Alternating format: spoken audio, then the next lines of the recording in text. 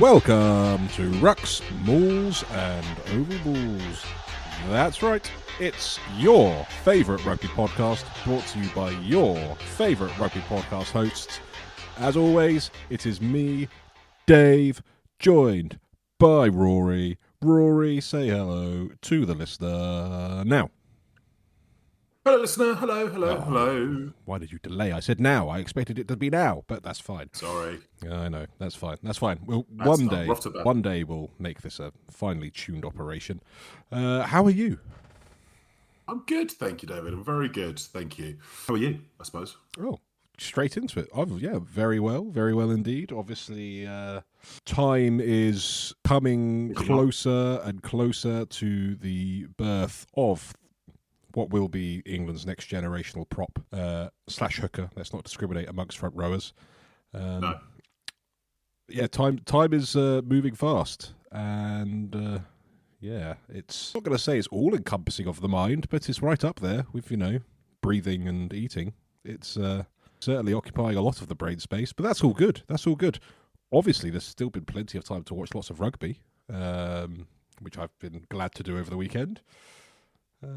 Other than that, it's very hard to think of anything of more significant note than that to update you on, Rory, because it's basically all that's going on in my head. Good. Babies and rugby. Yes, and if you are following me on any of my platforms, that probably will be the theme for a little while. So prepare yourselves. How about you, Rory? How has your weekend been? How's life in Casa del Essex? Casa del Essex, the House of Essex. Yes, no, very good. Unfortunately, no game for the Lions this week. Predictably, the other team couldn't get a squad together. May have something to do with the hammering we gave them earlier this season. Who'd have thunk it? I did see the result for the ones though. Yes, huge W for the ones against the local rivals Southend. Big win. 24-15, David. I would say at least 500 people down the club. That's very good. Huge numbers. Sell-out lunch, 200 in the lunch. Hard to get into the bar afterwards. Wow. That's how you use the outdoor bar, which was annoying because it was really, really cold. Yeah, it wasn't the weather for it. So a bumper day for Westcliff. Yeah. Bit of money behind the tills, and fill the coffers up a bit, which is always good. Excellent win. Really, really good performance by the ones. Actually, I have to say, scored 2 late-ish tries in the first half to take them into the lead at half time, which I think sort of took the wind out of Southend sails, particularly the last one, which was right on the stroke of half time after a bit of an error from the Southend 9, who's actually an old mate of mine. So Harry Branch, I'm calling you out by name on this one. Just an excellent all-round performance, which was really good to see. Brilliant. Morale is very high at Westcliff, which is fantastic. Yeah. As captain morale, that really warms the cockles. Fantastic. Do you ever get any feedback from the Westcliff ones about your analysis of their games on this podcast at all? Well, call this direct feedback if you want, but adverts for the podcast in the Matchday programme have been promoted from page 23 to page 8. So we're going places, Rory. It's indirect feedback, but it suggests that we're saying the right things. That means maybe at least a couple people are seeing that in the Matchday programme. As they skim through to how many caps everyone got, they would have gleaned it. Oh, no wonder. No wonder we had a bumper week this week, Rory. People have been raving about this podcast. At least 8 people. We should move on, though, because obviously we always get stuck in this flirty banter that we've got ourselves involved in. Natural flirts. Naturally. But we have a podcast to host, and the people, I know they care about us, but they care more about the rugby. So I proposed to you the following. We're going to talk about some of the new stuff going on in rugby. We're going to talk about the Champions Cup. We'll do it slightly differently to how we've done it in the past, because in the past we've done a breakdown of game by game by game by game. It's 12 games. It's a lot of games. So we're going to just do it by talking points. We'll run through all the results and pick out a few games and a few performances of note. We'll do a prediction of the round 4. And if we've got time, because that is already a super packed agenda, so we're going to have to be very disciplined, Rory. We may talk about some ideas about what might be coming for the Six Nations in the weeks ahead. Let's do it. We got a lot to do, Rory. Let's get going. First of all, news-wise, after my own heart, my comfort zone, my area of expertise, I like to think, England under-20s training camp squad announced this week in advance of what would be the under-20s Six Nations. And it's got me all excited again, Rory. Have you had a chance to look at the squad yourself? I've had a little spool through the squad. Also, not quite as familiar with all the names as you are, being as this is your area of expertise. I was very heartened to see how many Gloucester players got into this squad. 5, which is good signs for us and the work they're doing in the academy. Yeah, God knows you need it. Yeah, well, absolutely. I don't know if you saw this week that Gloucester have set up a deal with Henley Hawks and Henley College. Interesting. As that is part of their catchment area now. I think just sort of coming out towards Oxford, isn't it, Henley? Yes. So interesting times for Gloucester on that front. As a whole, I mean, some of the names I'm really excited. I mean, excited to see how Ollie Streeter comes on. That's a player I've definitely got my eye on. You and I both, I'm sure, are going to be very excited to see how Sonny Tonga-Weir goes. Oh, absolutely. I mean, the idea that there's a Tonga-Weir coming through the England age groups it's got to be fizzing with excitement. There's another one coming behind him as well, Rory. Just get excited. Phenomenal. Get excited. Phenomenal. Right, well, that's excellent news. Moving on to the backs. I mean, Will Knight, very pleased that he's back in there. Has been putting in some good shifts for Gloucester in, trying circumstances. James Lineker, obviously, is a name that has been whispered over the last year or two about one to get excited about. And I don't think he's actually really had the opportunity. In fact, I think no caps under 20s as of yet, has he? So the latest latest in a line of exciting England 10s coming through, and possibly the pick of the bunch. So possibly look forward to seeing how he goes. Yeah. And then Tyler Afire, I'm just generally excited to see how he keeps developing because the man has wheels. He does. I always get excited when you get reminded of sometimes you have some players that get picked in these squads, in under-20 squads, and they've got minutes in the Prem already. Afire's one of them. He had some minutes last year. Will Knight, as you said, he's one. Henry Lumley from Northampton, he's always looked good when called upon. Johnny Wyman, he's got minutes. There's a couple that I would draw people's attention to if you are unfamiliar and you are planning to tune into the under-20s for the first time this year. George Marsh, a big back rower in the forwards. He's exciting. Tate Williams, another one. Connor Treacy, he's been around for a little bit longer. You might be familiar with him. In the backs, Ollie Batson is a combative centre coming from Exeter. Asa Stewart Harris, I've been told and informed numerous times by some Saracens friends of mine to get excited about him, and he's got a very excited style of play, so I'll be keeping my eyes on that. Basically, just get excited, people, because I think this is a good bunch, and there's going to be some names when we get to the Six Nations that'll be added to this, the likes of Lucas Friday. Noah Kalori could be bouncing between this squad and the full squad, we don't know. So there could be some more names to get excited about when we come to it. But as this is an area close to my heart, I thought there's no other podcast out there that gives this group a platform. So I thought, let's go front and centre, give everyone the heads up that this is coming, get excited, and we'll be talking more under-20s once that competition starts. Absolutely. Now, in a slightly different angle, before we return to international squads, Exeter. Tony Rowe, Exeter Chiefs, up for sale? Seems to be. Yes, I read the interview with him, which I think was in the Telegraph, I think, where I read it. Tony Rowe, an interesting character in the game. Yeah, we might have spoken about him before. We might have done.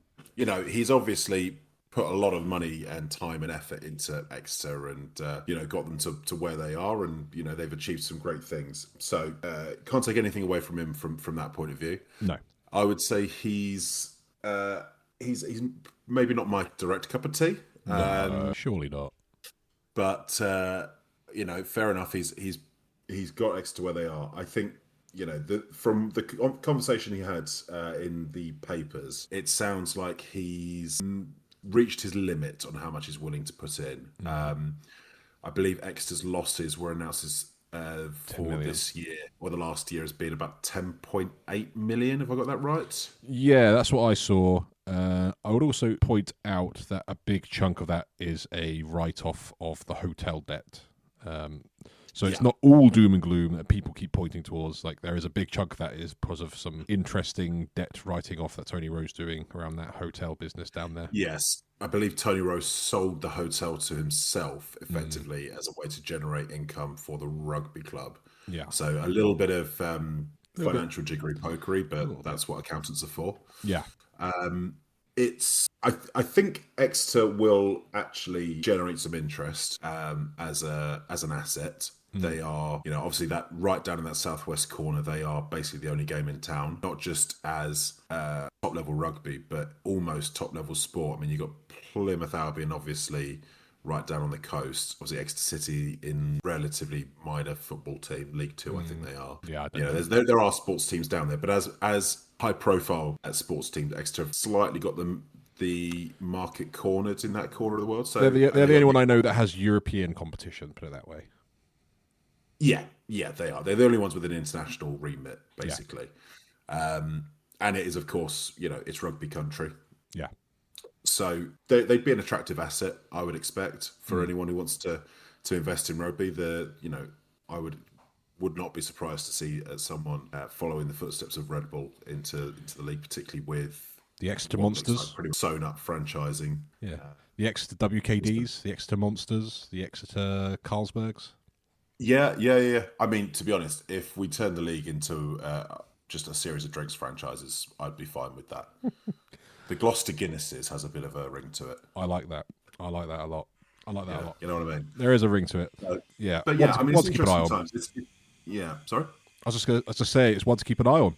Yeah, absolutely. I mean, interesting that now Tony Rowe's reached his limit of what he's willing to put in financially. I think he's still willing to be involved day to day in terms of the operations, but he doesn't want to keep putting his family's inheritance into the rugby club, which is probably fair enough. I think that's fair. Yeah, I think he's not able to keep writing off the losses, basically, which is understandable. And this is what I've said about some of the other clubs. Bath. That if you get an owner who suddenly decides that they don't want to keep making losses just because they can afford it, it does leave you a little bit vulnerable in the financial sense. But I feel like with Prem moving in a more positive direction and all the music being a bit better, I agree. I think there will be interest. I think there will be buyers. So I wouldn't worry too much.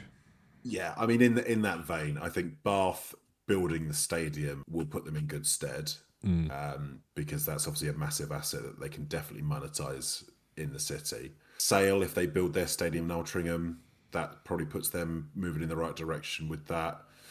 Obviously Northampton, Leicester, Gloucester have all got solid financial footing from their assets and look like I think they're the three that are likely to be announced as being in and around in the black this year. Yeah. Bristol, a bit more of an interesting case. Yes. They're part of the biggest Sport Bristol thing, so I would highly recommend, if not already, and I'm not sure if this is on Instagram, but on TikTok there's a channel called Ruckonomics, and they're doing like a series just doing the breakdown of each club's financial footing and standing based on their accounts and all kind of publicly available information. So if you are interested in knowing how each club's faring, have a look at that channel. I don't often give other channels a plug without really much conversation, but it's one that I thought was generally quite interesting. So one to look into if you are interested in the one if you're watching TikToks, and two if you like rugby financials. And I really appreciate that's quite a small target to be hitting. But if that is you, go and give them a listen. It certainly hits us. Certainly hits us, absolutely. And then my final piece of news: Red Roses.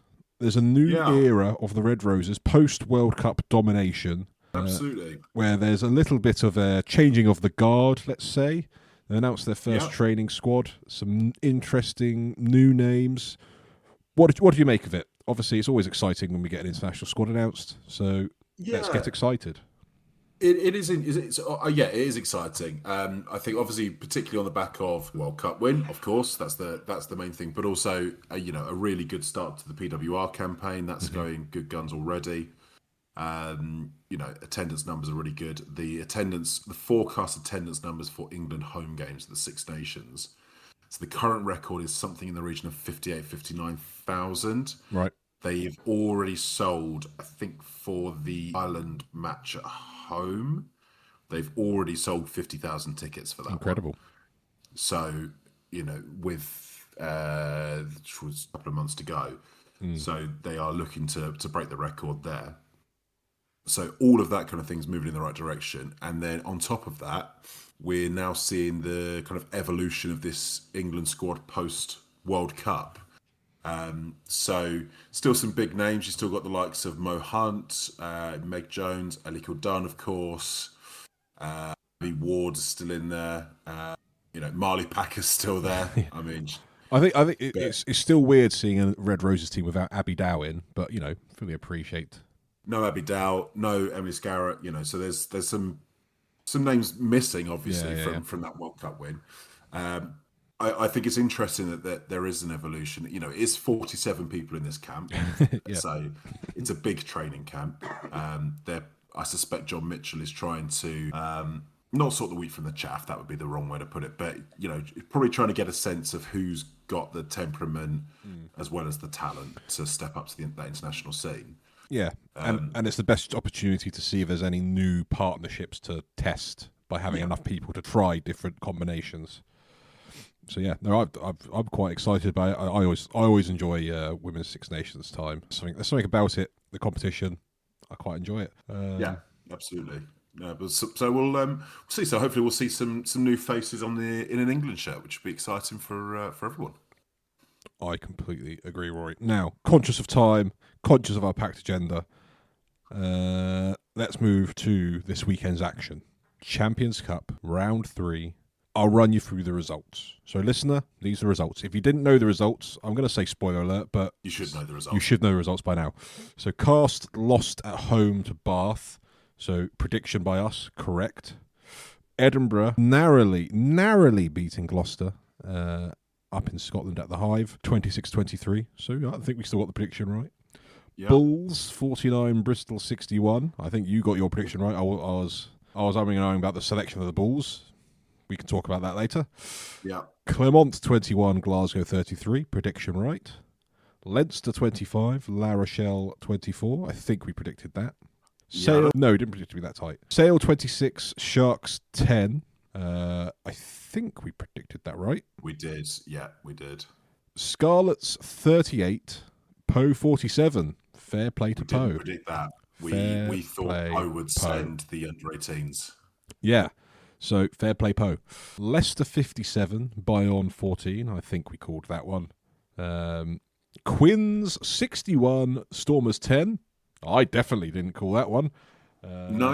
No, you'd have been hard pressed to call that, but no, fair play to the Stormers. They didn't really fancy sending anyone to this one. No, I will put the caveat. We did make our predictions before we saw the teams. Hey, Toulon 27, Munster 25. Again, I don't think we predicted that to be that close at all. No, we thought Toulon would smash that. I mean, I actually captained Olive on in my team, thinking that Toulon would go big guns on that. But there we go. There we go. Bordeaux 50, Saints 28. Sorry, what was that? It was just to make clear for the listener, David. Sorry, it was Bordeaux 50, Northampton Saints 28. Bonus point scoring 28 points. Yeah, Bordeaux 50 points. They put a big half century on Northampton, did they? Yeah, we could talk about that later. We could talk about that later. And then Saracens 20, Toulouse 14. Again, another one we perhaps didn't call that. So we're fallible, listener. We're fallible. So before we get into the games, there's a few talking points that I feel that are worth dragging up kind of more generally. My first talking point that I wanted to bring to you, Rory, these South African teams, 3 games, 3 losses, 2 of them whoppers. What's going on? Well, there's 2 things going on. When they go away, they're not bothering to compete. Let's be realistic. And what about the Bulls at home? That's a more interesting one to dissect, I think, as a performance, because on paper that is a strong Bulls team. Yeah. You got the likes of Willy Leroux, Andre Pollard, Vilcolo, Norkia, Van Staden, Grobbelaar. There's a lot of Springboks in that squad. And, don't get me wrong, take nothing away. It's a very good Bristol side. There's nothing to take away from on that front. But to concede 60 points at home, admittedly scoring nearly 50 as well, but to concede that many points at home in a game they had to win, realistically. If they wanted to do anything in this competition, they absolutely had to win that game. It shows. I mean, I watched this game, right? I mean, let's just go. I suppose slightly go into it, I guess. So I did watch this game because once I saw the result, I could not go back and watch it. Bristol were brilliant. Yeah, take nothing away from it. I mean, the tries they scored were excellent, but you'd be hard pressed to say that Bulls plied themselves to this game. I thought specifically in the first 20 minutes. The Bulls were a travesty. Well, they were effectively on strike. I mean, to concede 3 tries in the first 7 or 8 minutes is... Well, it's the manner that the tries were conceded. Like the defenders... It was so easy. Defenders just did not... There was just no effort put in. It just didn't make... It did look like the players were on strike. It was like, come on by, it's fine. Like, we're just sending a message to Ackerman that we really don't care. Yeah, I mean, look, you don't want to be the people accusing professional players of not caring and not putting in the effort, because we're not in that kind of environment. We don't know everything that's going on. We're not pro players. We're outside observers. Not pro players yet, Rory. No, I mean, there's still time. There's always time. But it's hard to come up with another sort of conclusion having watched it. Obviously they did obviously score a lot of tries themselves. They scored, was it 7 tries themselves? Yeah, but I partly put that down to the fact that Bristol had so much space to run around in. They probably got absolutely knackered that heat. This is Pretoria. This is at elevation. At the altitude. They were probably absolutely knackered because they've had absolute 20 minutes of being able to run as much as they want. Maybe that was the game plan. I don't know. Maybe it's just an absolute 4D chess smart move, but it just backfired because Bristol was so clinical. I mean, it's certainly possible. But to my mind, it looked more like they just didn't fancy it. Yeah. Maybe they thought, even if we win, we'll have a tough job getting through the next round of the competition. Is this a common theme with the South African sides, would you say? Again, making a bit of a mockery of this competition. The ultimate question is, what has adding the South African teams to the European Cup added to the competition? Aside from a larger carbon footprint? Yeah, environmentally disastrous. So for some, that will be a big concern. Me, of course, I love the planet. It's totally overcomplicated, the system. Yeah. We've got much less competitive, much less interesting group stage as a whole. They're not competing really. I think the Stormers have made the semi-finals once, to be fair. But, the Bulls have lost all 3 games they've played in this competition. Sharks have won 1 fixture at home, but haven't really turned up in their other 2 games. The Stormers have won both their home games, to be fair. Yeah. But I think the quote from the coach was, "We're going to trust our squad," when asked about his selection for the Quins game, which maybe he shouldn't have. No. I think their winning streak came to a little bit of an end there. But it's always an odd one when a team that is going great guns in their competition, the URC, goes to Quins, who, let's face it, the opposite, and get absolutely schooled. Well, they made Quins look like world beaters, and with the best one in the world, Quins aren't at the moment. And it wasn't even like the Quins had everyone out there themselves. They had Bradley at 12. Yeah, Friday at 9. They were missing several. They didn't have Finn Baxter. Yeah, started Kerrod. Didn't have Deadside Kerrod there. They didn't have Boris Wenger. Yep. They were missing players. Will Evans, I think, was playing. Yeah, he wasn't playing. But they just, Stormers made them look like world beaters. They were really poor. They had, they had players like Damien Valemsa in that squad. It wasn't like It wasn't completely scratch, was it? No, but just rubbish. They were rubbish. Yeah. It doesn't make me feel warm and fuzzy when I remember there was a little bit of a novelty when they were first added, and I thought, oh, it's exciting, because I remember Saints got drawn against Bulls. It was actually a really good game. It was that game where it was like Pollock versus Hannacum. I don't know where Hannacum's gone, by the way. He seems to, I guess he's got a bad injury, but I think that novelty's worn off now. Like, if we come to next year and get drawn a South African side in the group, I'm like, oh, not again. Like, it's just like, it just absolutely skews. It just skews the entire competition. I mean, the best one in the world. Okay, so the Stormers are doing really well in the URC this year. So fair enough, they're unbeaten in the URC. The next best South African team in that competition is the Lions, who are 4 wins, 4 losses. The Bulls are 3 wins, 5 losses, and the Sharks are 2 wins, 5 losses, and a draw. You know, it's the competition improving South African rugby. Well, what's it adding? I mean, you know, people will, you know, why are you picking on South Africa and not saying anything about the Italian teams or the Welsh teams? You know, fair enough. You know, it's a league and not everyone's going to do well. But I just don't think they're bringing, and I don't think they're getting much out of it. I think they were getting much more out of Super Rugby from a playing perspective. The fans were certainly getting more out of it. Well, the fans haven't engaged with it. Last time we asked the question, they just said, "Oh, we just want the Super Rugby back." Like, yeah, I get it. Yeah, we'll see. I'm sure we'll dig more into some of these games. The other point I want to talk about, Rory, and again, it's a similar theme. If we were to look at this competition of Prem versus URC versus top 14, Prem have won 15 of the 24 games they've played. URC have won 50%, 12 out of 24. Top 14, 9 out of 24. What do we think's causing that? Because I think on paper we're not that biased to sit here and say the Prem is that significantly better of a competition with teams that are significantly better than those leagues.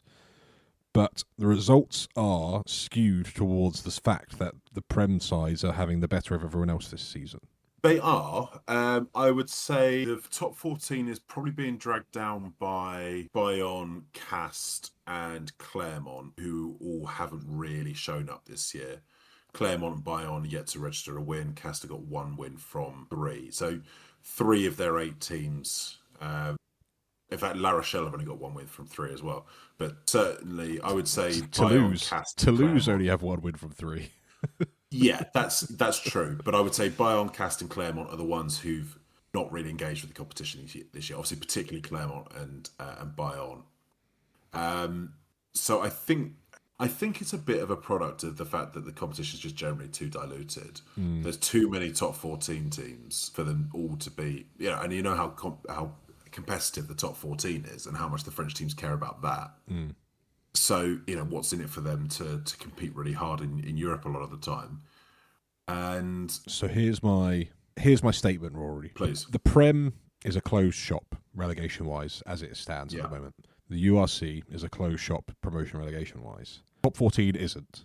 So is that why we're seeing the mid-table teams having to almost sacrifice the European competition in order to ensure that they maintain their top 14 status near the top to get the better prize money, whereas the likes of the Prem, the URC, there's less on the line, so they don't necessarily have that pressure, so they don't necessarily have to rest the players to ensure their league performance so that it doesn't have a financial implication?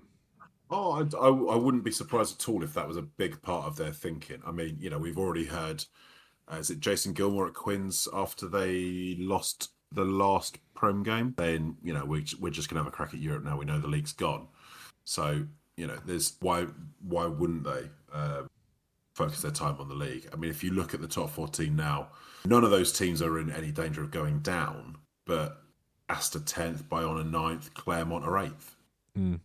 So why would they not rest their frontline players to go and have a crack at getting higher up the table, and make the post-season in the top 14?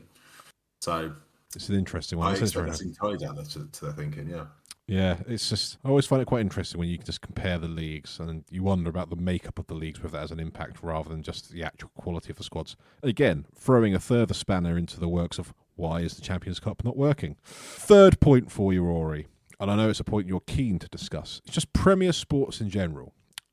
One of the things I wanted to bring up was that they announced like a couple of days before that they were going to put the Premier Sports Rugby channel for free for all Virgin Media customers.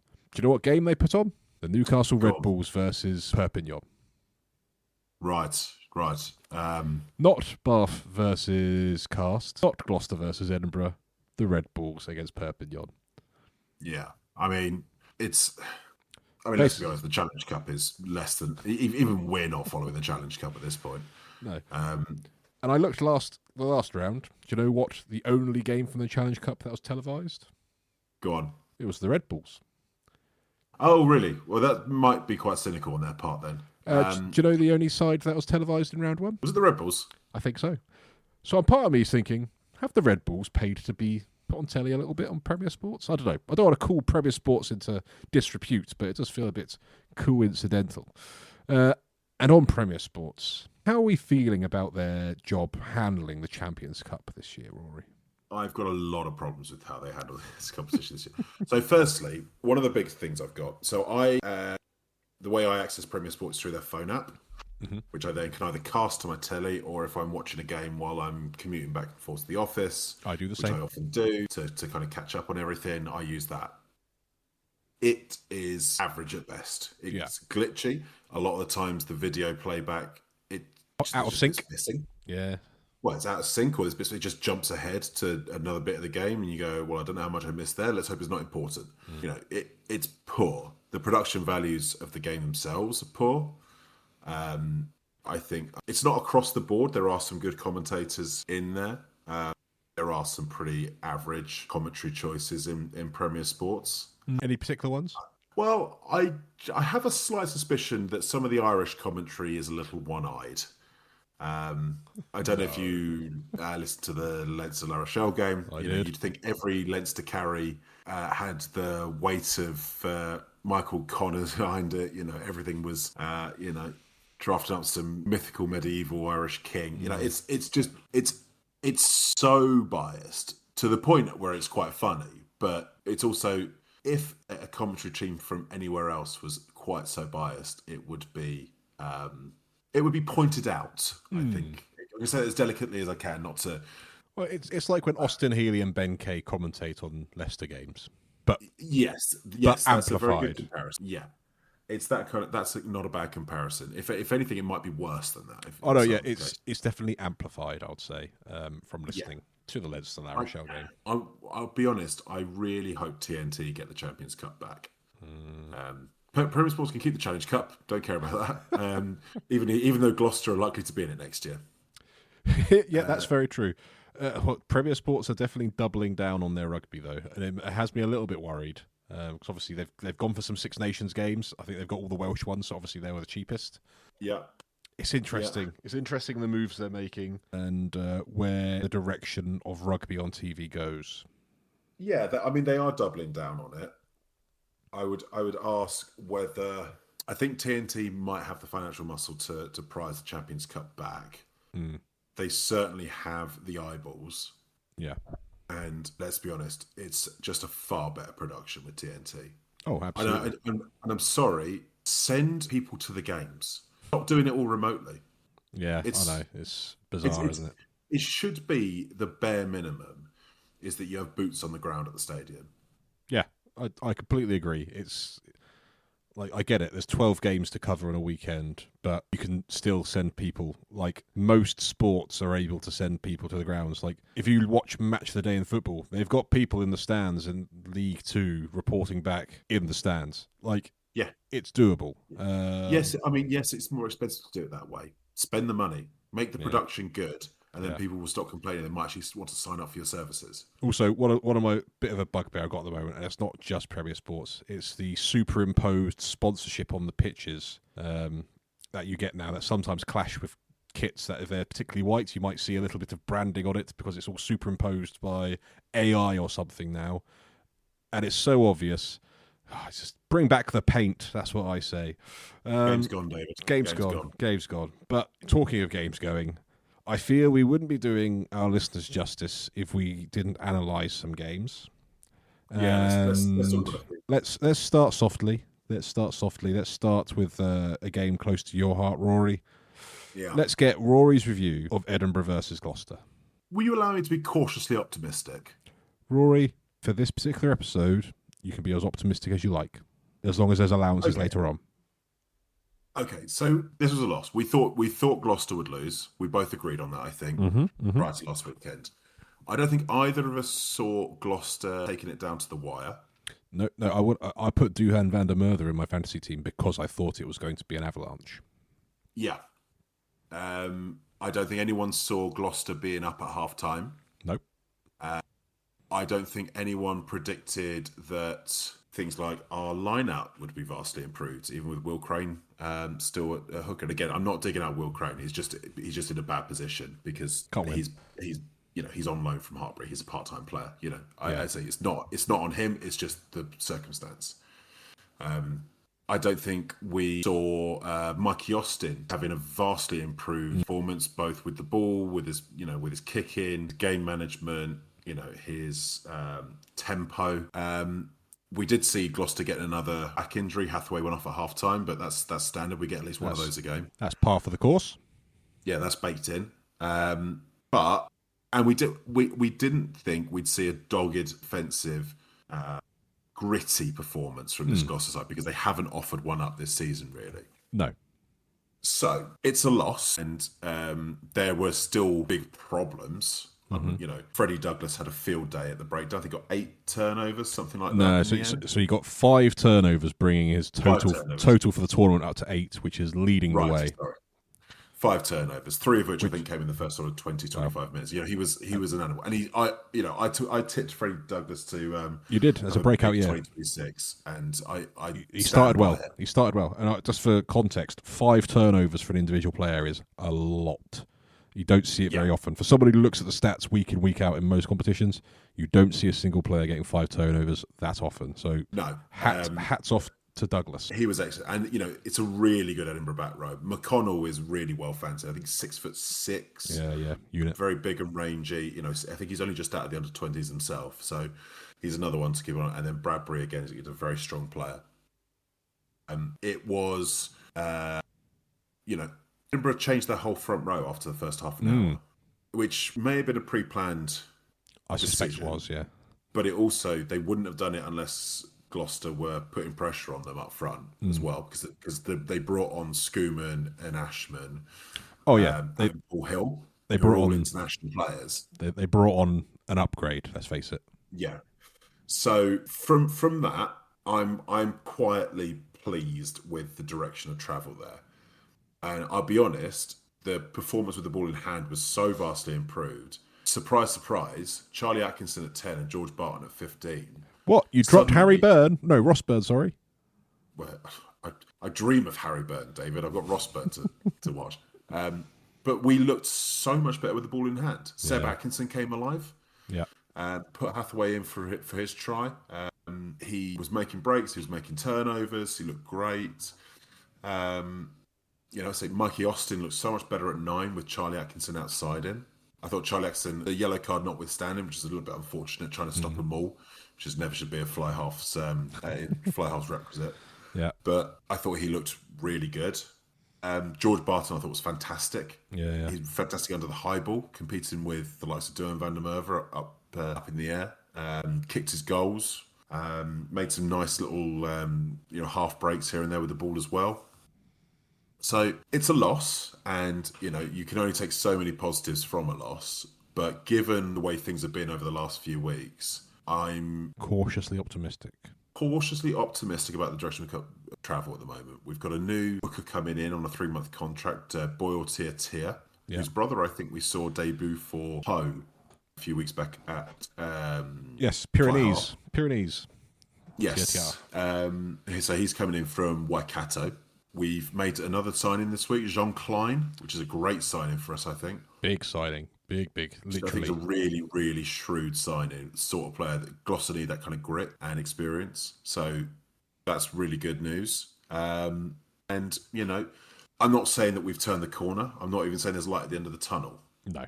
But something happened at the weekend that made Gloucester fans came away thinking maybe it's not completely doomed. Yeah. It was enough to give what is a low morale Gloucester fan base a little bit of an uptick in the right direction for once, because it's been a while.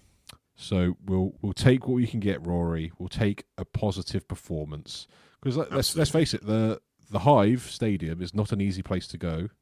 Edinburgh are not an easy team to beat. You just look at their team, that is packed full of internationals. So to lose by only 2 points, I think credit where credit's due, considering you have to consider the fact that the Gloucester's team, like the team spirit there must be a little bit dented, like with everything that's going on. To put that performance in, I will give them my dues as well as your dues, Rory. Well, we appreciate that. So should we move on to the next game? Well, David, I think as time is limited and we're only going to look at a few games in any detail, we should offer you the opportunity that you were kind enough to grant me to analyse your team's performance. Yeah. And to tell us a little bit about what happened at the Stade Shaban Del Mar in Bordeaux, and what happened with a Saints performance that was, well, disconnected. I'll let you explain it. Well, let me set the scene. A repeat of the Champions Cup final 2025. Two of the best teams in Europe going head-to-head. And then one of those sides who has to travel to an incredibly hostile environment gets the disruption of their first-choice fly-half having to pull out last minute. Oh, that's going to disrupt things. And then you lose your James Ram from the bench. You have to bring in Toby Tame. I also have good authority that JJ Van der Mesht had to travel separately because he's been ill all week, so he's not been able to prepare properly. And you put all that into context, it's a miracle this Saints team's been able to come away with a bonus point, try-scoring performance, because the odds were stacked against them. I'd also say... Excuses aside, what's your actual honest assessment of this? Honest assessment, barring the set piece, barring discipline, barring completing tackles, and barring creating anything in attack, I thought it was a good performance from Northampton. No, even my particularly green, black and gold tinted glasses can appreciate that we were well beaten by a considerably impressive Bordeaux on the day. Were they fortunate, or no, not I won't say fortunate. They took advantage of some very simple, basic mistakes Northampton made on a number of occasions. Well, yes, I think you're right to qualify this, Dave, because this is definitely. I had a few points of things I thought I wanted to pinpoint as to where it went wrong for Saints. Well, do you want to know the exact point where I think it really started going downhill fast? Please. It was just after the amazing try by Henry Pollock, where he then drops a kickoff, and then we find ourselves in an absolute... I can't think of the right metaphor to describe the demolition of our scrum by Bordeaux, where it was scrum after scrum after scrum that forced us to sub Ollie Slightholm off because Fischetti got yellow carded after 3 or 4 consecutive penalties where he just could not get the better of Carlo Sadie. And it was an absolute just decimation. And it was from that point, we then Hutchinson got a yellow card 5 minutes later. We're down to 13. It was an upward slope that was covered in grease and oil that was never going to be surmountable after that. I think that's where it went wrong. It all started going really wrong the second Pollock dropped that ball. Ultimately, I think you were the architects of your own downfall in this game. Not because Bordeaux weren't brilliant, because they were, but you really fed into all of Bordeaux's strengths. I had this down as two major issues that I sort of thought were the problem with Saints, but they are somewhat intertwined. One was you gave up momentum far too easily. When things tipped in your favour, you gave it up. Yeah. And your ball skills were loose, which is really unusual for Saints, particularly this season. And to be fair, those are quite intertwined things, but they happened a lot. So the examples I've got are the kickoff after Freeman scores. You don't secure the kickoff. The ball goes loose. And Woki scores. Yeah. or what Wookie's try literally right after half time. I think it was 45 minutes. Yeah, if we were to get any chance in this game, we needed to score first in the second half, and we just kind of gifted it to them. Yeah, or what Jalibert's try, which comes off Freeman spilling an unsympathetic pass, but one you'd probably still expect him to take. He spills it directly into Jalibert's hands. Yeah, who then basically just has a quick run in. And the ball skills, I think, were the big problem here because you just fed into Bordeaux's counter-attacking capabilities. Because I don't think possession and you looked after it. Saints looked really good for short periods of time until they spilt the ball or kicked loosely and gave Bordeaux the chance to just flood up the pitch, which they can do. Yeah, and I also think so. Freeman again had a good-ish game at 13, but I think we also saw some of the weaknesses in defence. There's a couple of times where he was caught a little bit out of position. I think not sure the Hutchinson-Freeman partnership was as secure as the Dingwall-Freeman partnership we saw the week before. Slightholm, I thought, had a really off game, but again, it's his first game in a long time. He's had a long injury layout. I'm not going to blame him overly too much. Can I pose a question for you then? Do you think you'd have been better served having Freeman on the wing and starting Toby Tame over and having Ollie Slightham on the bench? It's hard to say because I think Freeman at 13 is such a threat that wherever you put him, generally he's going to be trouble. And I think he did have moments in this game where he was really good. Would he have had that influence from the wing? I don't know, because we didn't get the ball to the wing at all. So he may not have had any impact whatsoever. Maybe. Well, I mean, Todoro got his hands on the ball quite a bit, though. He did, and he had a couple of nice moments. I think he didn't look like... He had quite a good game shutting down BLBRA, I thought, because we didn't see much of Le Beep Beep. Penno, on the other hand, had an absolute field day. Except for when he was up against Pollock. Can we just talk? I know this is a game where Bordeaux smashed Northampton, but do you want to talk about Pollock's try? Well, I just the fact that twice, I think there was 2 occasions where Pollock either outran or outmuscled or outsprinted Damien Penno. That doesn't happen very often. Well, you say that, but Penno isn't the fastest or the strongest. Henry Pollock's the fastest and the strongest. Well, he's certainly faster and stronger. Penno's just sort of generally brilliant, but you can outrun him. But that being said, that's not to take anything away from Pollock. I mean, the chip and chase and then the steal off Penno for that first try was phenomenal. It was textbook Pollock. Yeah, absolutely textbook Pollock. I think that's when you see the absolute best of Henry Pollock, is when he gets himself this and he's able to do something a little bit out there. What do you make of the criticism that's been pointed in his direction that I've seen in numerous forum groups, usually from French or Irish or some other fans, saying that he was shirking his responsibility, hiding on the wing, and wasn't getting involved at all in the game? Is that the game you saw? Because it's not the game I saw. I thought he was very involved. I wonder, if they're Irish fans, do they make the same judgment of, say, Dan Sheehan when he's out on the wing for one of his excellent breaks? Yeah. There is a tactical point to having to play forwards hanging wide, and plenty of French teams do it. The likes of Aldridge and Olivon are often out wide. Yeah. Or Cameron Wookey to score a hat-trick. Cameron Wookey, often out wide. That's a daft criticism because I've seen there are reasons why you put forwards out in those positions. And he's a good one to have there. I've seen far too many fans trying to take a lot of glee out of suggesting that Pollock's had a bad game, and look, I don't think it was Pollock's best game. He still had a couple of brilliant moments. I think there are some disingenuous comments on that, but there are going to be. I think ultimately, as a Northampton fan and as England fans, everyone's just going to have to just accept that there will be disingenuous comments anytime he's anything less than an 11 out of 10 performance. Yeah. What I did like, though, was that those videos go around of Bordeaux fans chanting Pollock's name afterwards. I think people are starting to recognise that. I think they like to hate the character, but they appreciate the artist. So is it you separate the art from the artist? I think French fans are generally they are hostile when the game's in play, because why wouldn't you be? It's tribal. They should be hostile in that moment.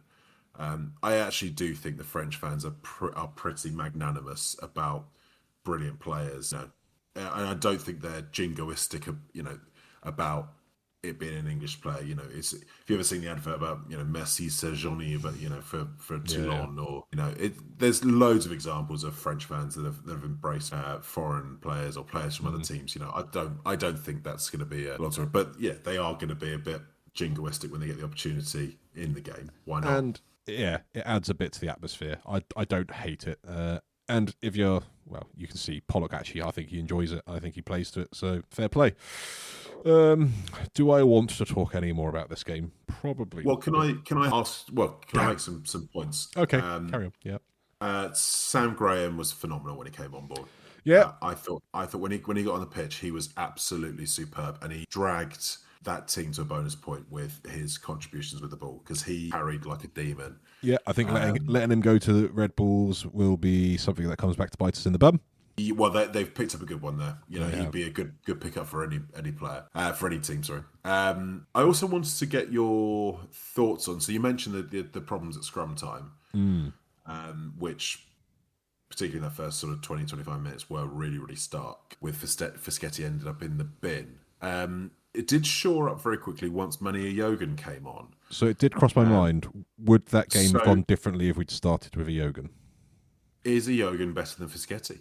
I think it's an interesting one, though, because there was a game earlier in the season. I can't remember who it was against now, but a Yogan got absolutely mullered at scrum time, and then Fischetti came on and showed it up. So I don't know if they are two very good scrummagers, but have maybe polar opposite technical weaknesses. That's the only thing I can think of, because in some games it seems like match. Yeah. So whether a Yogan's really good, because I think a Yogan was really good in the final as well, if I remember rightly, last year. So it would have been up against Ben Tamifuna. Maybe Yogan's the better pick when you're up against a big pack, where Fischetti's probably the better pick when you're up against a more technical scrummaging team, like against Sale or. That's the only thing I can think of, because Fischetti, he couldn't figure out Carlu Sadie at all. No. He was also, I'll be honest, I don't think he was being helped by Trevor Davidson in this first 20 minutes, who was having quite a tough time against Poirot. Yeah. I think Poirot's brilliant. I'm not going to dig him out for struggling against Poirot, but I thought he was having a tough time. That's the only thing I can think of on the Yogan Fischetti point. And I think in hindsight, it's good. It's a good theory. In hindsight, had we started with Yogan, maybe we wouldn't have lost control of the game so quickly. I'm not saying that we would have won the game, but maybe we wouldn't have got down to 13. I suppose, isn't it? It is.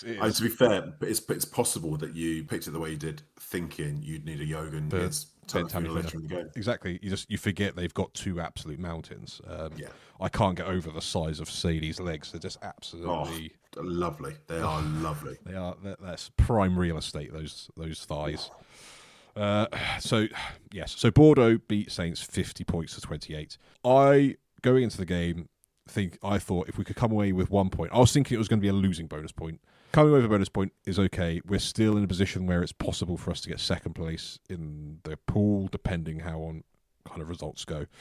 But yeah, to concede 50, it's hard to take, but you have to take these sometimes.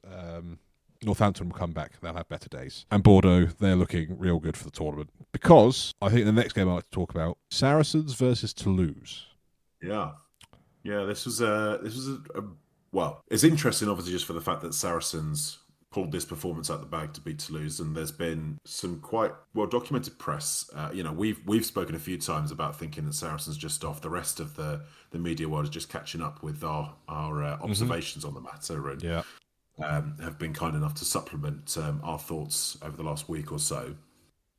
But there's been a few articles on things not being quite right at Saracens, and Mark McCall has addressed some of that as well. But this performance was vintage Saracens. One of their best.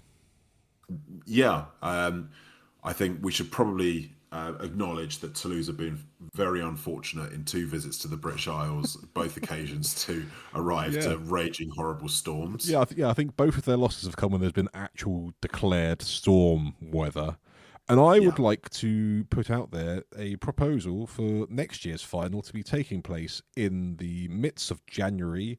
Let's say in the whatever the nearest stadium is to Inverness. We'll just go to the Orkneys or something. Let's go to the Orkneys, because I think we might have a chance to see maybe Toulouse and Bordeaux not be so good. Because I do think that plays a big part in this, because the conditions in this game were It woeful. absolutely wreaked havoc with their handling, didn't it? It did, and the kicking. So again, you always have to address the fact that it's the same for both sides. Some of the kicking in the second half from Saracens, where they really struggled against the wind to get any distance on the ball, but also some of the kicks from Toulouse where it just kept rolling and then it was going dead. It plays havoc. It really is a bit of a leveler. Well, I think the interesting bit is if you look at how each team managed the weather with the wind, Saracens scored 17 out of their 20 points, whereas Toulouse scored 7 points in each half. Yeah. So Toulouse were as good, you could say as good or as bad, with or without the wind. But I think you'd probably, if you're being frank, as they were as disappointing with or without the wind. Saracens managed the conditions much better.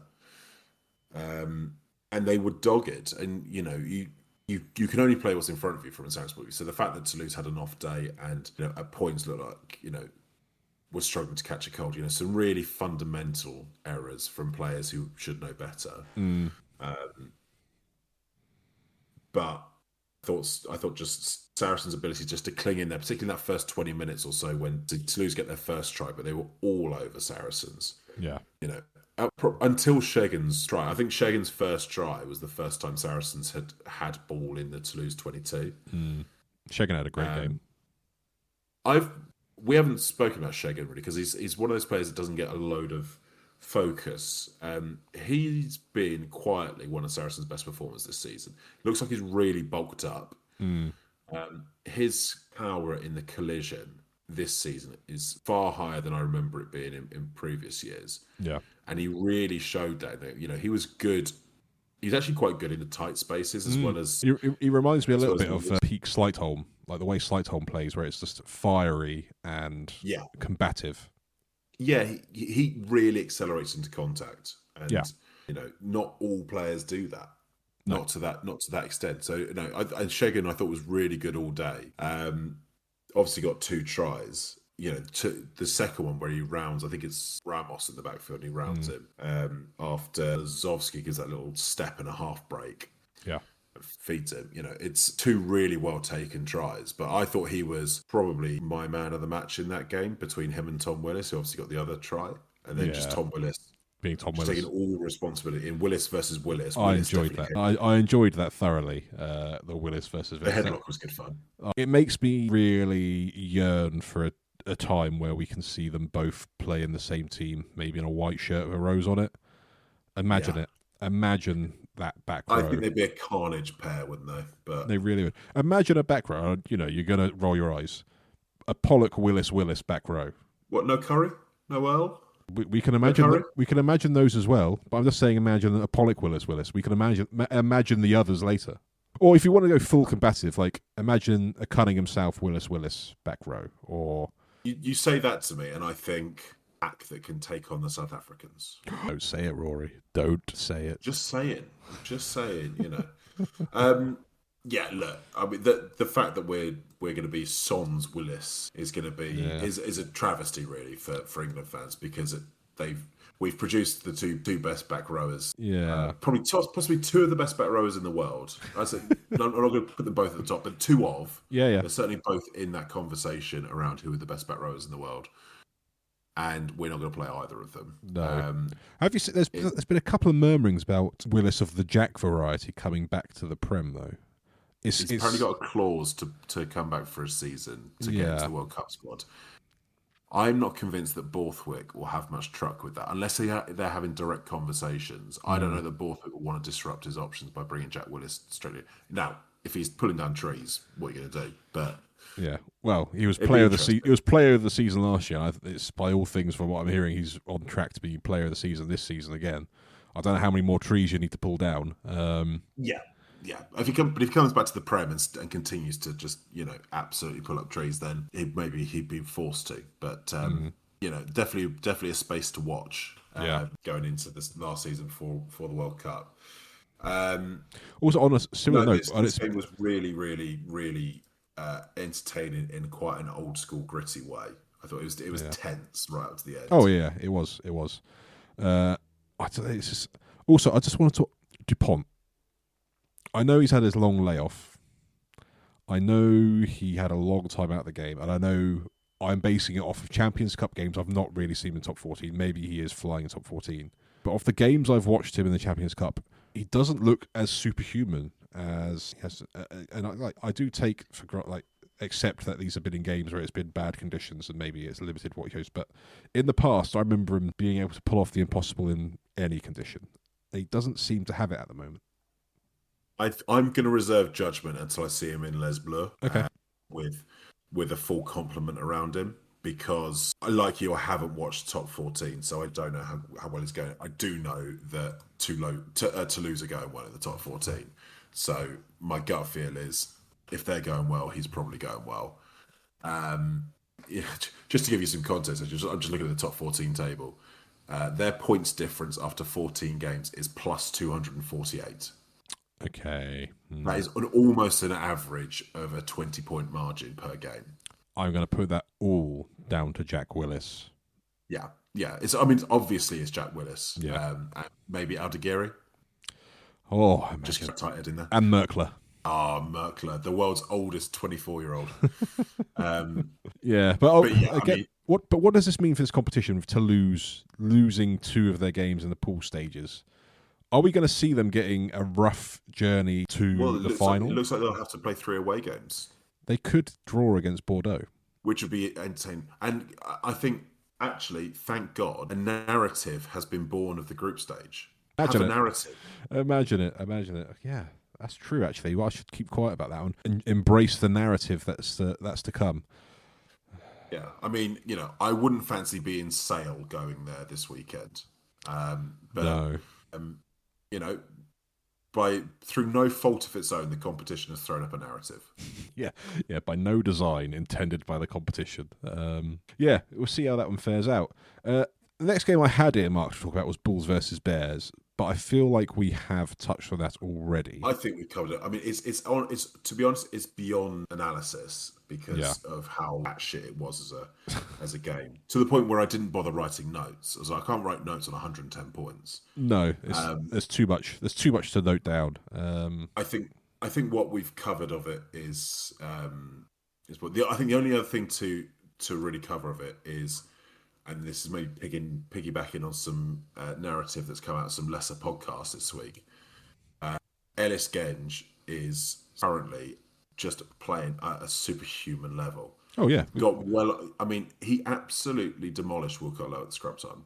Yeah. Oh well, I feel like we've been peddling that narrative for a little bit longer than maybe any other podcasters, but he does seem to be at he's leveled up in recent weeks, and physically, his carrying is monstrous. His scrum work is right up there with the best. He's going to be up there, the top 3 loose heads in the world right now, surely. Yeah, Oxenche obviously would be the other one to think of, and arguably Angus Bell. Yeah. Is there another one that comes to mind? I don't think at present. I wouldn't say the likes of Porter is at the same level as Genge. I don't think he's off the boil. Schumann, I don't think it's the same level. No. Yeah, I can't think of one off the top of my head who would be... Wadi, arguably, but I'm not sure he's quite the same level. No, I wouldn't have him at the same level. So, yeah, I wouldn't have Poirot there. Yeah, I think Genge is definitely the best in the Northern Hemisphere. Top 3 in the world, I'd say. Yeah. And on top 3, top 2. And I'd probably say on current form, because Oxenche, I think, has got an injury. I haven't seen much of Oxenche. I'm assuming he's got an injury. No, I think he's been correct, yeah. I think on current form, he may be the best in form loose head in the world right now. So good for England, I'd say, going into the Six Nations. Yeah, absolutely. Okay, so were there any other performances from any of the other games that, in your diligent note-taking, you thought, I'm going to talk about this on the podcast?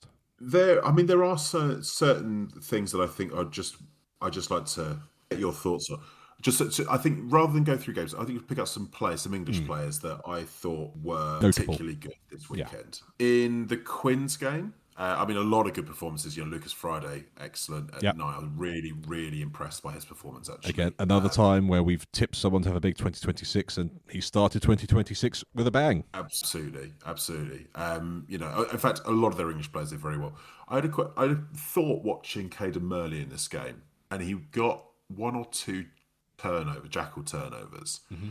And I thought to myself, if Caden Murley could turn jackling in the wide space into a super strength, that might be the thing that pushes him up the depth charts for England. Yeah. It's something that I remember a lot of All Blacks wingers being very good. I think Waisaki Nahola, I remember being very good at it. Sevu Reece, I remember being pretty good at it. Yeah. Actually, if your winger can jackal well, because you often get an isolated one-on-one tackle, it's actually a really good super strength to have. Good weapon. And he's the right shape for it. Similar to like Jack Noel. Yeah. That kind Stocky. of quite squat, quite square. It's very strong legs, very strong base on him. That feels like something that he could work on to really set himself apart. But I thought he had another really excellent performance. Really thriving with the armband as well. Yeah. So that's what I wanted to put. I thought Joe Carpenter for Sale. Yeah, good to see him back. Good to see him back. Jinky in the tight spaces. Who did he set off for trophy? He offloaded O'Flaherty on the hour. Really nice little break and offload for him. I thought he was excellent. Yeah, and on that game, I said a very lovely touch from the Sale Sharks media team. I quite liked that narrative of real Sharks versus South African Sharks. I thought that was quite an interesting narrative they put in that spin of that game and made the most of it. Well, did you see the Durban Sharks owner saying they should be called the Sale Tuna? Yeah. So I think it's Saracens that said that our team talk was pretty well sorted from that. Yeah. Again, a lot of good performances from English players in this game as well. I thought Mazzy White was very good. Yeah. I thought, Joe Carpenter. NA on the wing. Do we know? Debut for him. He's looked like he got a bit of toe. So I thought, academy lad. I think he's maybe one to watch because I think he's been in and around like under 20s setups and things like that, but he's not really been like first choice.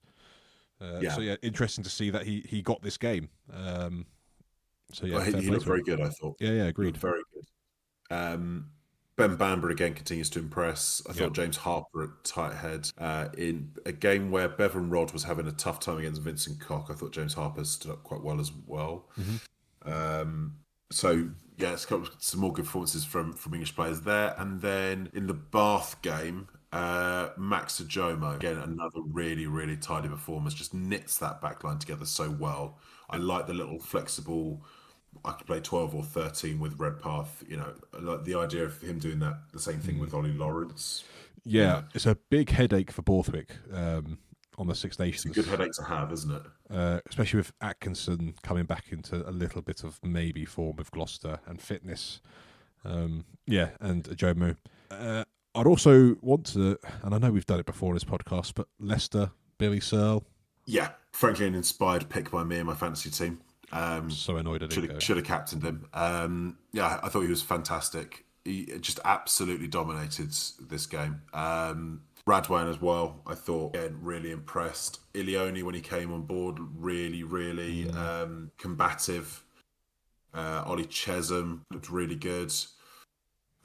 Will Wand just keeps impressing me this season. I mean, I would be surprised if he was end up anywhere near a conversation around England squads, but he must be at least in the England A conversation now. You'd like to think. Yeah, he's performing superbly for Tigers at the moment.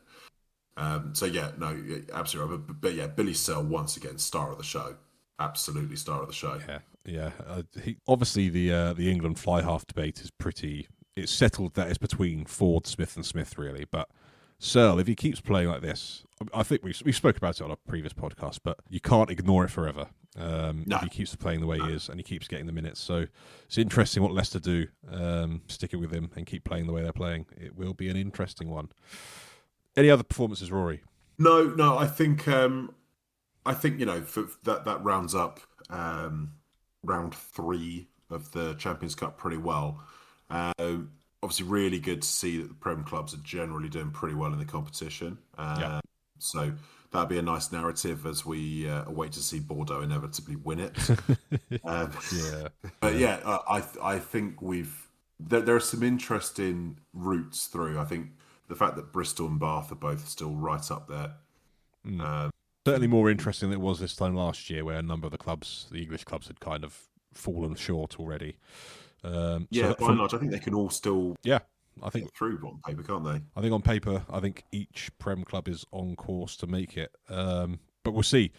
Let's do some predictions for round 4. Let's do it. Let's do in our session, quick fire. Starts off Friday night.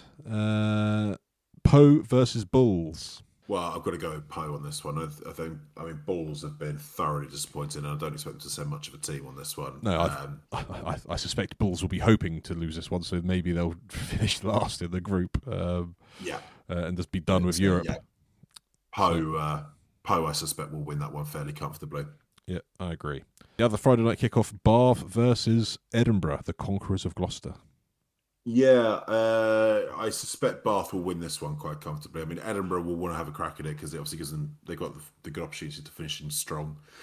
I'm afraid I can't see anything other than a comfortable Bath win of 15 plus points. Yeah, I agree. I think Bath will want to finish with a flourish. Saturday, 1:00 kickoff. The Hollywood bets: Sharks against Clermont Auvergne. And I think that is my front runner for game I don't care much about. You know, I was just going to say, is how much do I not care about that fixture? I guess the Sharks will probably win, but I don't think anyone cares. I don't think either of those teams do. No. Well, I mean, I suppose if Sharks win with a bonus point, they probably go through to the next round, don't they? But they probably don't want to because it'll be an away game. I don't care about that game, I'm afraid. I'm sorry, David. No, nor me. But yeah, I think Sharks will win because they're at home and Clermont really have nothing to play for. Next game, speaking of teams with nothing to play for, Bayonne up against Leinster. Bayonne, I don't think you're going to shout up for this one, so I expect Leinster will win this one comfortably. Yeah, get Leinster players in your fantasy teams, people. Next game, Stormers against Leicester at the DHL Stadium. Yeah, a bit more interesting because obviously Tigers probably need to win this one well to get a half-decent fixture in the next round. Stormers unbeaten at home in the competition still, and I suspect will play their strongest side this week, which probably just tips it in the Stormers' favour to win it. But this one could go either way, but I will just tip the Stormers to win this one by between 5 and 10 because I think Sasha's going to come in and... Yeah, I think he'll be a difference maker for sure. Next game, Toulouse versus the Sale Tuna Sharks. I would hate to be the Tuners this week because I suspect Toulouse are going to be ripping and snorting and firing out the gate. And Sale will need to be at their we're not going to have the ball best because they're not going to have the ball at all. No. And unfortunately, I don't think they're quite going to be able to handle what Toulouse are going to bring. No. Normally they're a team that can handle it, but yeah. Yeah. But barring a miracle, I think Toulouse will win this one by 20 points. Yeah. I can see it. I don't think it'll be a hammering because Sale aren't a good side, or there are question marks around that. This is no judgment on Sale, though, this week, but I think Toulouse are going to be... up for it. Yeah. Firing on all cylinders. Yeah. Now, in a close second of games I don't care that much about, Munster versus Cast. Yeah. Something about Munster this year, I'm just not that excited about watching them. I think it was that Gloucester game. Yeah, totally fair. Munster will win by 10 points, but yeah, I mean, it's not one I'm gonna... Not one to put on your record system. No. Gloucester versus Toulon. Yeah, I mean, cautious optimism aside, I suspect Toulon, on the basis of having not had all results go exactly their way and probably needing to win this one to ensure a good next round fixture, will come full firing, which probably puts paid to Gloucester's opportunities in this competition, because I don't think we'll be able to handle what they're going to offer up. So my gut feel is Toulon will win this one fairly comfortably, unfortunately. But you know, there's always the King's Own factor, so we'll see. Exactly. It could happen. You can't rule it out. On to Sunday's fixtures. Bristol Bears against Bordeaux Bigler. Two unbeaten teams. Yeah, this is an exciting fixture of two teams that play a lot of rugby, like a counter-attack, like an offload. It's just a question as to which of these two teams is better at it. But it's an easy question to answer because it's Bordeaux. And Bordeaux are going to win this one, I'm afraid. They are. It's an interesting one because I think because Bristol have gone unbeaten, it forces Bordeaux to send their full-strength team, I think. Because if not, Bristol may go and beat a scratch Bordeaux team, and then Bristol will top the table, and it'll be really odd. Yeah, Bordeaux need to win this one Yeah. because of that. So I suspect Bordeaux will win this one because of that. Yeah, if they want to win, they'll win. And the next game, probably top of the list of games you don't care about, but games I care about tremendously. Northampton Saints versus the Scarlets. Yeah, I mean, you're going to win this one comfortably. I think so too. And I'm going to be there. So I look forward to watching the Saints put the wrongs from this week behind them. Next game, La Rochelle versus Harlequins. Well, obviously, if Quins win this one, I mean, both teams basically need to win this one to improve their standings for the next round. But I suspect La Rochelle, after the performance they put in against Leinster, have found their appetite again and will go full bore and probably demolish the Quins on this occasion. It'll be interesting to see whether the Quins' demolition of Stormers was just a flash in the pan or whether it was a genuine changing of the tides. I suspect La Rochelle will come out on top, though. But we have been accused of being anti-Quins before in the past, so, you know... Because we are. Because we are. Mainly you, but yes, because we are. And then rounding off the weekend, Glasgow against Saracens up at Scotstoun. Good game, this. Yeah. The tough one to call. I mean, a lot of it will depend on what Saracens turns up on the day. Yeah. But if they get in the same space they did in the last game against Toulouse, I think they can go there and win this one. But Glasgow currently topping that table. Will fancy it. Just going to edge Glasgow on this one. I'm going to say Glasgow to win this one, but it's going to be tight. I think it's going to be maximum 5 points in it. Yeah, I think you're right. I think it'll be tight. I'll also keep my eye on lineups and weather to be certain. But all of these predictions are subject to lineups, I should say. Yeah. But yeah, I'm happy with those. Happy with those predictions, Rory. Let's see if next week, when we come back and review these, whether we're around 80% for last week. So maybe I'll be happy with that ballpark figure. Yeah. Now, before we round off, we're coming into Six Nations time. We are. Expecting the Six Nations squads to be announced over the next week or two. Are you anticipating any surprise names? Yes or no, Rory? For England specifically, yes. I wouldn't expect anything too out of left field, given that the likes of Noah Calori have already been called up in the past. You know, I suppose we can't be overly surprised by someone like that. I wouldn't expect anyone so out of left field you've never seen them in a squad before. There may be a couple of eyebrows raised, but nothing much more than that. I think you'll see, if you were fans of Ireland, I think you'll see some, if not surprise picks, you'll see some new names, partly through injury, but partly just through necessity, that they need to freshen things up in this tournament. France, for outside observers, I think you'll see some new names because by all accounts, Dupont is basically the only fit frontline 9 at the moment. So Legarec, Luku, others are injured. I think Serran's got a bit of a knock. Probably looks like it's going to be Grau or Quio. I'll tell you who I did like the look of. That Zamora. Who did he play for?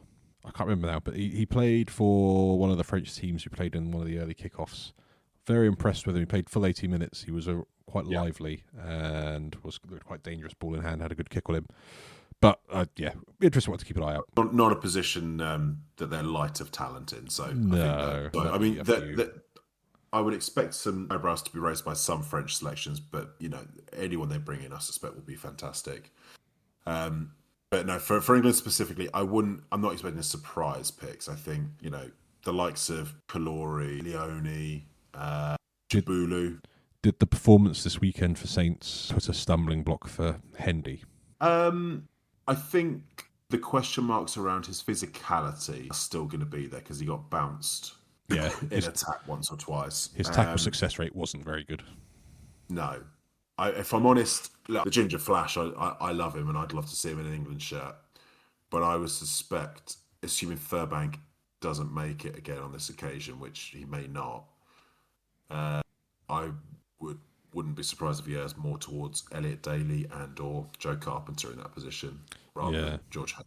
Yeah, they're the next cab off the rank really on current pecking order, aren't they? So they're probably the more likely picks. Yeah, I agree. I don't think we're going to see too many surprises, but I'm happy to be shocked and surprised on the day. And obviously, once we get wind of when that announcement comes, and knowing our luck, it probably comes tomorrow, just as we post this podcast. But hey, it gives us something to talk about. And I think, Rory, we've done a real good whirlwind tour of this weekend's rugby and everything going on this week. So that means we bring the podcast to a close. And we always bring this podcast to a close with Rory's final thought. Rory, what is your final thought for this podcast? Bordeaux will not win this year's European Cup. Well, there you have it, folks. Rory with an outrageous prediction. Let's see how that fares. But we've been Rux, Malls and Overballs. It's been me, Dave. It's been him, Rory.